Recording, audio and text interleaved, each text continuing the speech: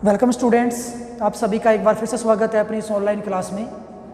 Last class में हमने बात की थी लेसन नंबर 9 की विद्युत चुंबकीय प्रेरण की, जिसके अंतर्गत हमने भंवर धाराओं को समझा था। ये जाना था कि भंवर धाराएं क्या होती हैं, क्या इसके यूजेज हैं, क्या इसके लॉसेज हैं, इसी प्रकार से इसको हम कैसे कम कर सकते हैं। तो इन सभी के बारे में हमने अध्ययन कर लिया था।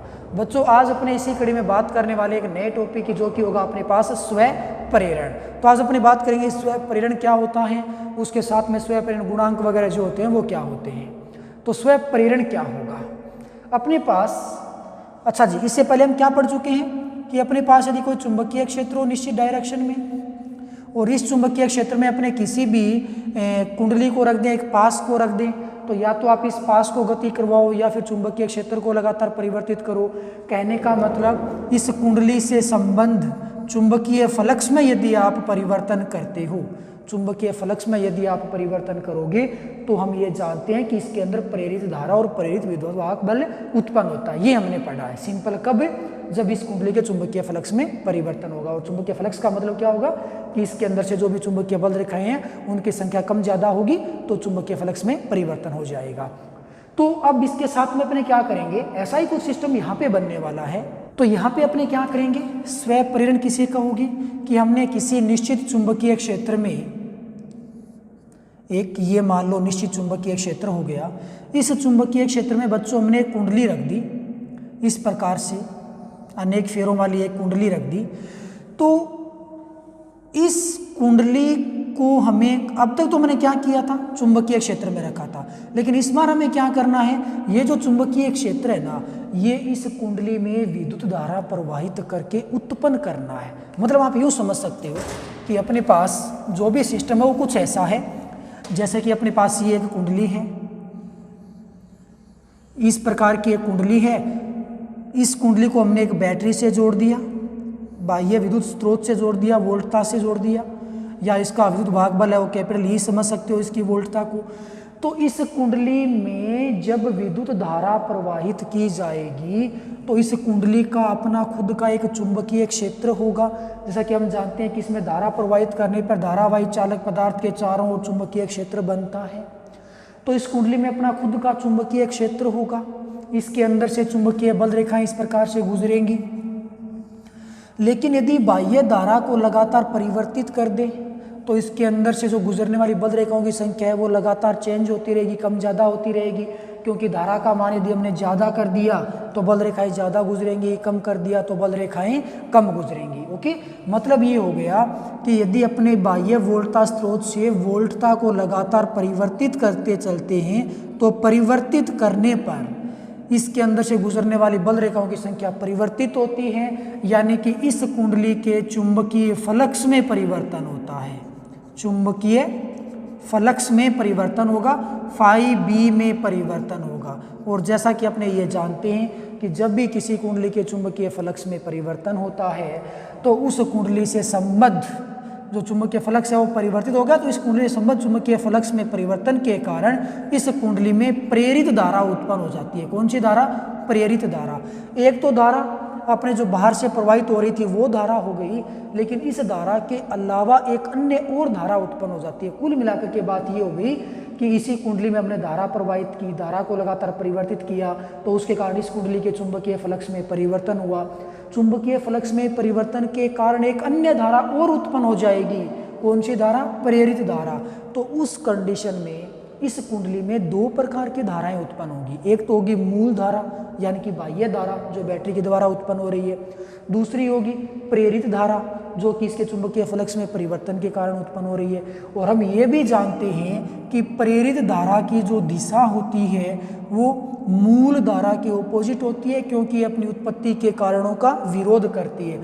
तो इस कुंडली में जो प्रेरित धारा उत्पन्न हो रही है वो मूल धारा के ठीक ऑपोजिट होगी, और मूल धारा में परिवर्तन का विरोध करेगी, मूल धारा को कम करने का प्रयत्न करेगी। यानी कि ये एक प्रकार से उस मूल धारा के लिए प्रतिरोध की भांति व्यवहार करने लगेगी। किसकी भांति? प्रतिरोध की भांति। कौन? प्रेरित धारा। किसके लिए? मूल धारा के लिए।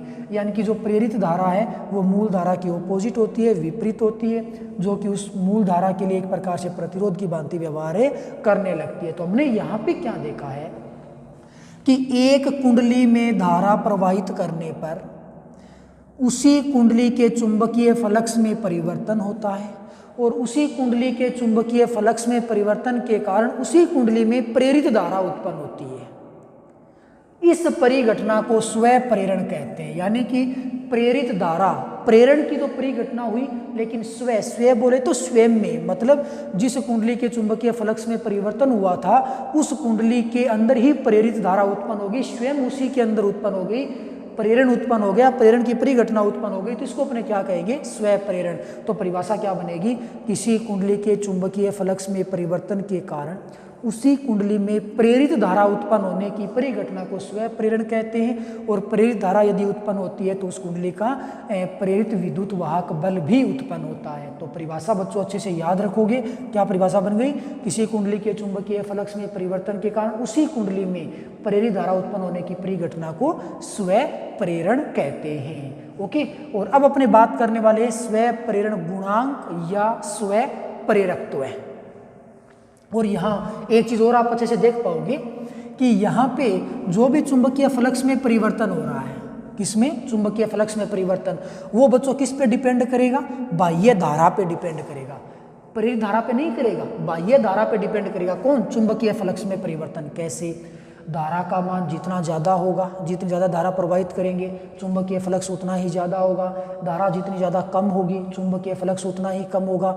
यानी कि बाह्य धारा के डायरेक्टली डिपेंड होता है कौन, चुंबकीय फ्लक्स। तो इस बात का अपने आगे चल के यूज में लेने वाले, इतना सा आप ध्यान रखोगे कि इसके चुंबकीय फ्लक्स में जो भी परिवर्तन होता है वो बाह्य धारा के ऊपर डिपेंड करता है, उसके ऊपर समानुपाती रूप से व्यवहार करता है, यानी कि प्रदर्शित होता है। ओके, तो अब अपने बात करते हैं स्वयं प्रेरण गुणांक या स्वयं प्रेरकत्व की।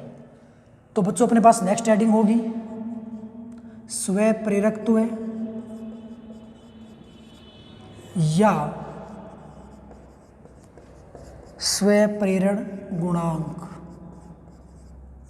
Capital L. ओके, स्वयं प्रेरकत्व या स्वयं प्रेरण गुणांक क्या होगा, कैपिटल एल किसे कहोगे। तो सबसे पहले अपने क्या करेंगे, हमने ये देखा था कि अपने पास ये एक कुंडली थी, इस कुंडली के अंदर हमने क्या किया, बाह्य करंट फ्लो किया था, जिसके कारण इस कुंडली में चुंबकीय फ्लक्स में परिवर्तन हो रहा था और चुंबकीय फ्लक्स में परिवर्तन के कारण इसमें एक अन्य धारा उत्पन्न हो गई थी। कौन सी धारा, प्रेरित धारा। तो यहाँ जो चुंबकीय फ्लक्स में परिवर्तन होता है, फाई में जो परिवर्तन होता है वो किसके ऊपर डिपेंड करता है, आई के ऊपर डिपेंड होता है। ओके, तो यहाँ सिंपल अपने क्या कहेंगे कि जो चुंबकीय फ्लक्स होगा फाई बी वो किसके समानुपाती होगा, आई के। चूंकि चुंबकीय फ्लक्स जो फाई बी होता है वो समानुपाती किसके होता है, आई के समानुपाती होता है।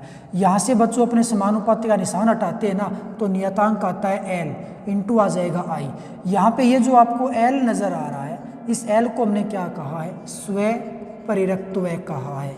यानी कि स्वयं प्रेरकत्व एक प्रकार का नियतांक होता है, एक गुणांक होता है जो स्वयं प्रेरण के लिए यूज किया जाता है, इसे अपने स्वयं प्रेरण गुणांक एल कहते हैं। यहाँ से यदि आपको एल ज्ञात करना पड़े तो एल का मान कितना बनेगा, फाई बी बटे में आई।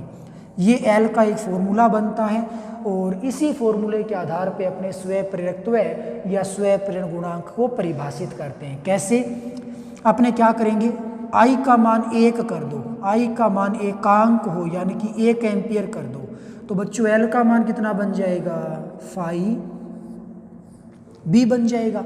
तो परिभाषा क्या बन जाएगी, इस फाई बी को ही अपने क्या कहेंगे, स्वयं प्रेरकत्व कहेंगे। लेकिन कब, जब परिपथ के अंदर धारा कितनी प्रवाहित हो रही हो, 1 एम्पियर की। तो इसकी परिभाषा को आप कैसे लिखोगे कि जब किसी विद्युत परिपथ में एकांक मान की धारा प्रवाहित की जाती है, एकांक मान की धारा प्रवाहित की जाती है, या यूँ कह लो किसी कुंडली में एकांक मान की धारा प्रवाहित करने पर उस कुंडली में उत्पन्न चुंबकीय फ्लक्स को ही चुंबकीय फ्लक्स को ही स्वयं प्रेरकत्व या स्वयं प्रेरण गुणांक कहते हैं। मतलब क्या हो गया, किसी कुंडली में एकांक मान की धारा प्रवाहित करने पर उस कुंडली में उत्पन्न चुंबकीय फ्लक्स को ही स्वयं प्रेरकत्व या स्वयं प्रेरण गुणांक कहते हैं। यानी कि एल बराबर क्या आ जाता है, फाई बी आ जाता है। इसकी एक परिभाषा बच्चों अपनी और भी निकल के आती है। क्या निकल के आती है, अपनी एक सूत्र था कि जो विद्युत वाहक बल होता है ई, उसका फॉर्मूला होता है मैं माइनस को छोड़ रहा हूँ, परिमाण की बात करेंगे, डी फाई बी बटे में डी टी। फाई बी की वैल्यू पुट करें, फाई बी का मान होगा बच्चों एल इंटू आई, तो यहाँ पे आप वैल्यू पुट करोगे एल इंटू आई। फाई बी का सूत्र तो बी ए भी होता है, लेकिन यहाँ स्वयं प्रेरण के अंदर फाई बी का मान है वो एल इंटू आई है। तो यहाँ से आप क्या करोगे, एल तो एक कॉन्स्टेंट वैल्यू है, आई का मान कम ज़्यादा कर सकते हो आप, आई का मान कम ज़्यादा, तो एल तो कॉन्स्टेंट वैल्यू है, तो एल तो आ जाएगा बाहर निकल के, और यहाँ पे ये क्या बनेगा, डी आई बटे में डी टी रह जाएगा। इस इक्वेशन के आधार पे आप फिर से क्या कर सकते हो, एक डेफिनेशन और बना सकते हो। कैसे, कि यदि अपने ऐसा करें कि जो आपको D i upon d T नज़र आ रहा है उसको आप एकांक कर दो। पहले हमने क्या किया था, आई को एकांक किया था, लेकिन इस बार हम क्या करेंगे, D i upon d t को एकांक कर देंगे, और मात्रक क्या बनेगा, धारा बटे समय है ना, तो इसका मात्रक बन जाएगा एम्पियर प्रति सेकंड। तो 1 एम्पियर प्रति सेकंड, ये इसका बन जाएगा मात्रक। तो E बराबर कितना बनेगा, E बराबर बच्चों L आएगा। L क्या है, L स्वयं प्रेरकत्व है, E क्या है, विद्युत वाहक बल है, किसका, इस कुंडली के लिए विद्युत वाहक बल हो गया। इसका मतलब ये हो गया कि यदि अपने किसी विद्युत परिपथ में D i upon d t को अपने क्या कहते हैं, धारा में परिवर्तन की दर, धारा में परिवर्तन की दर कहा जाता है, किसको, D i upon d t को। धारा में परिवर्तन की दर यदि एकांक हो, क्या हो, धारा में परिवर्तन की दर यदि एकांक हो, तो जो विद्युत वाहक बल होता है उसी को अपने क्या कहेंगे, स्वयं प्रेरकत्व या स्वयं प्रेरण गुणांक कहते हैं। तो परिभाषा क्या बन जाती है, यदि किसी कुंडली में धारा में परिवर्तन की दर एकांक हो तो उस कुंडली में उत्पन्न विद्युत वाहक बल को ही क्या कहेंगे, स्वयं प्रेरकत्व या स्वयं प्रेरण गुणांक कहेंगे। तो यहाँ पे दो परिभाषाएं बन जाएंगी, एक तो L बराबर फाई बी के अनुसार और एक L बराबर E के अनुसार। तो L बराबर फाई बी कब होगा, जब परिपथ में धारा एकांक मान के प्रवाहित हो रही होगी, तो कुंडली में उत्पन्न चुंबकीय फ्लक्स को ही स्वयं प्रेरकत्व कहेंगे। और यदि धारा में परिवर्तन की दर एकांक हो तो कुंडली में जो उत्पन्न विद्युत वाहक बल है उसको ही अपने स्वयं प्रेरकत्व कह देंगे। बच्चों इसकी डेफिनेशन को रटने की बजाय आप ये फॉर्मूला याद रख लो, L बराबर फाई बी बटे में आई, आई को एकांक कर देना, फाई बी को ही अपने L बोल देंगे। यहाँ E बराबर L d i upon d t या d i upon d t को एकांक कर देना, तो फिर E को ही अपने क्या बोल देंगे, L बोल देते हैं। तो यहाँ पे ये इसके डेफिनेशन वगैरह निकल के आती है। तो बच्चों ये था अपने पास स्वयं प्रेरण। अब इसके लिए आप क्या करोगे, इसके मात्रक यूज करते हो। स्वयं प्रेरण का बच्चों मात्रक होता है हेनरी, क्या होता है, हेनरी होता है, या फिर एक अन्य मात्रक और बोल सकते हो, स्वयं प्रेरकत्व होता है, स्वयं प्रेरण होता है L, यानी कि स्वयं प्रेरकत्व है, तो फाई होता है वेबर, चुंबकीय फ्लक्स का मात्रक क्या होगा, वेबर, आई का मात्रक क्या होगा, एम्पियर। तो वेबर प्रति एम्पियर या हेनरी, ये दोनों ही स्वयं प्रेरकत्व के मात्रक होते हैं। इसी प्रकार से आप इसका विमीय सूत्र भी निकाल सकते हो। फाई बी का विमीय सूत्र रखा और आई का विमीय सूत्र रखा, अरेंज किया, एल का विमीय सूत्र आ जाएगा। तो इसका मात्रक होगा हेनरी, कैपिटल एच से रिप्रेजेंट करेंगे, या दूसरा मात्रक हो जाएगा वेबर प्रति एम्पियर। तो बच्चों ये कंडीशन थी अपने पास स्वयं प्रेरण की और स्वयं प्रेरकत्व गुणांक की। इस चीज को आप अच्छे से याद रखोगे। आगे चल के जब भी हमें स्वयं प्रेरकत्व गुणांक यदि निकालना पड़े तो आप सिंपल ये फॉर्मूला यूज करोगे किसी डेरिवेशन के लिए, कि स्वयं प्रेरकत्व के लिए फाई बी बटे में आई इसका फॉर्मूला होता है। तो बच्चों आज के लिए बस इतना ही, कल अपने बात करेंगे इस टॉपिक को आगे बढ़ाने की। तब तक के लिए बाय, थैंक यू।